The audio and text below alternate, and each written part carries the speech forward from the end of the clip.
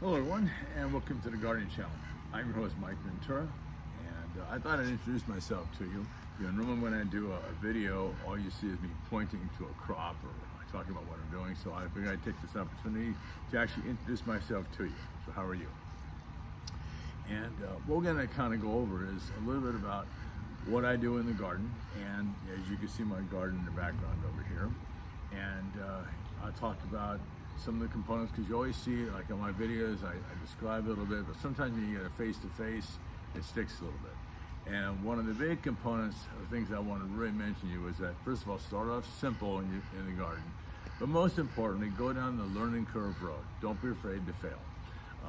I've been doing gardening for about 30 years, and believe me, I've had a lot of obstacles I've come across, things that didn't work out well, and then I make a mental note of it, or I jot it down. What went wrong and how do I improve upon that to make it work better the following season. So by all means, don't throw in the towel just because you had a rough time on the season one year. Figure out what you did wrong and improve upon it the following season. So we're going to talk about soil management. I'm a very big soils guy, and soil management is one of the keys to success when managing a garden. And if you've watched my videos, you heard me talk about how to prepare my soil. So I kind of go over that a little bit with you now, and that way, now we're into the gardening season, you want to kind of really get to know your soil. You want to find out whether you have clay soil, sand, silt, loamy soil, the type of soil that you've got.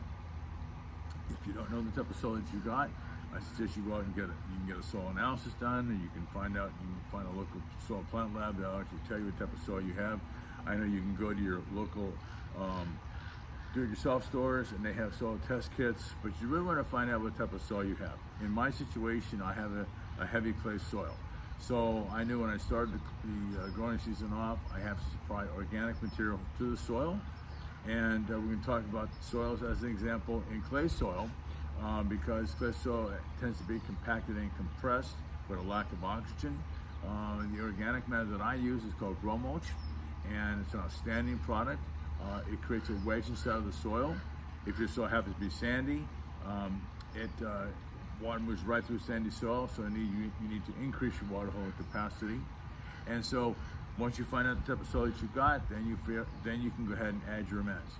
As I said, I use the grow mulch product, and what that does is it creates a very nice wedge inside of my soil, so it allows for airflow to be inside the soil, increase my water holding capacity, keeps moisture available to the root system of the plant when the plant needs it, so it does a very good job. I also incorporate bone meal, blood meal, earthworm castings, very, very important, and I'll talk about each one of them. And also, if you've been through my videos, I kind of give a description, but sometimes when you have a face-to-face connection, it tends to stick. So what the bone meal is phosphorus, and it's also calcium. You need phosphorus for root hair development and flower production. Okay, very, very important. You want to keep that flower production going for the fruit and vegetable garden. It does a great job. And also with the earthworm castings, loads of microbes inside that, so it makes the soil very, very fertile. Really important as the plant's growing, because they're grabbing nutrients.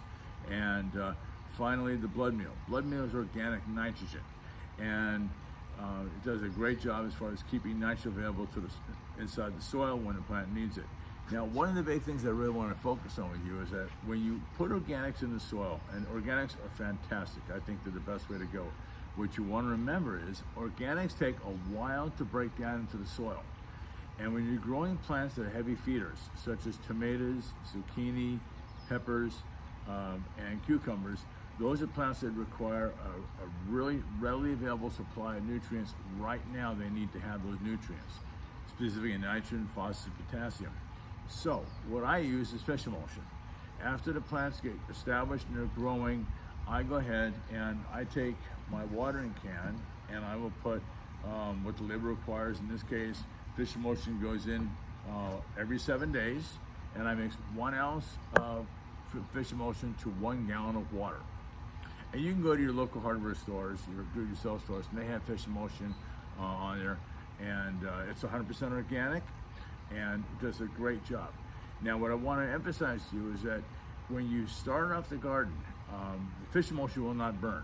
So you mix up, in this case, a 2-gallon watering can, 2 fluid ounces, and then you go ahead and you don't put the whole 2 gallons around each plant, but you drench each plant down so you get a good solution. And then what I do is I water it down after it goes in, just because fish emulsion has a little bit of aroma to it, and so you want to just kind of push that into the soil and it'll go right away and you'll be just fine. When you're using fish emulsion, as I said, every 7 days.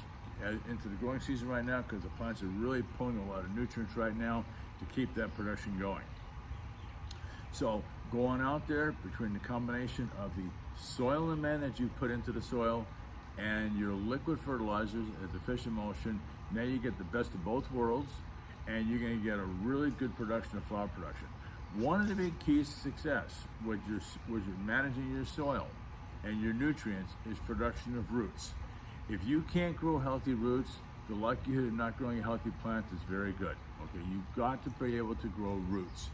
And also what you want to do is stay away from these synthetic fertilizers that have got high nitrogen, such as it's called ammoniacal nitrogen or urea.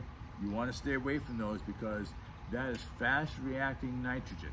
You want organic nitrogen that is not fast reacting, because all nitrogen does is it promotes green color and foliage production. That's it. It doesn't produce root hairs. It doesn't promote flower production. It just makes the plant get really green and grow really fast. Okay, we're at producing a yield. So that's what phosphorus does. And fish emulsion has a lot of phosphorus in it. Also, once you do your soil amend, you're adding all that bone meal to your soil. So as the conversion process is taking place inside of your soil, that phosphorus is being released, and the root hairs are picking it up, and they're picking it up, and then you start getting the production. And you'll notice the plants are actually going to tell you this, because you'll see how fast the plant is growing. You're not running a lot of nitrogen, so consequently you're growing a very green, healthy plant at we'll call it not a regulated rate, but just a rate that's not super fast, and that's what you want. So with all that, I just want to welcome you to the gardening channel. I wanted to do this face to face, so it's always good to put a face to the name. And so with that, I welcome you to the gardening channel. If you enjoy the gardening channel, please subscribe and like. And I love sharing information about the garden to you. So with that, have a great day in the garden and good luck to you.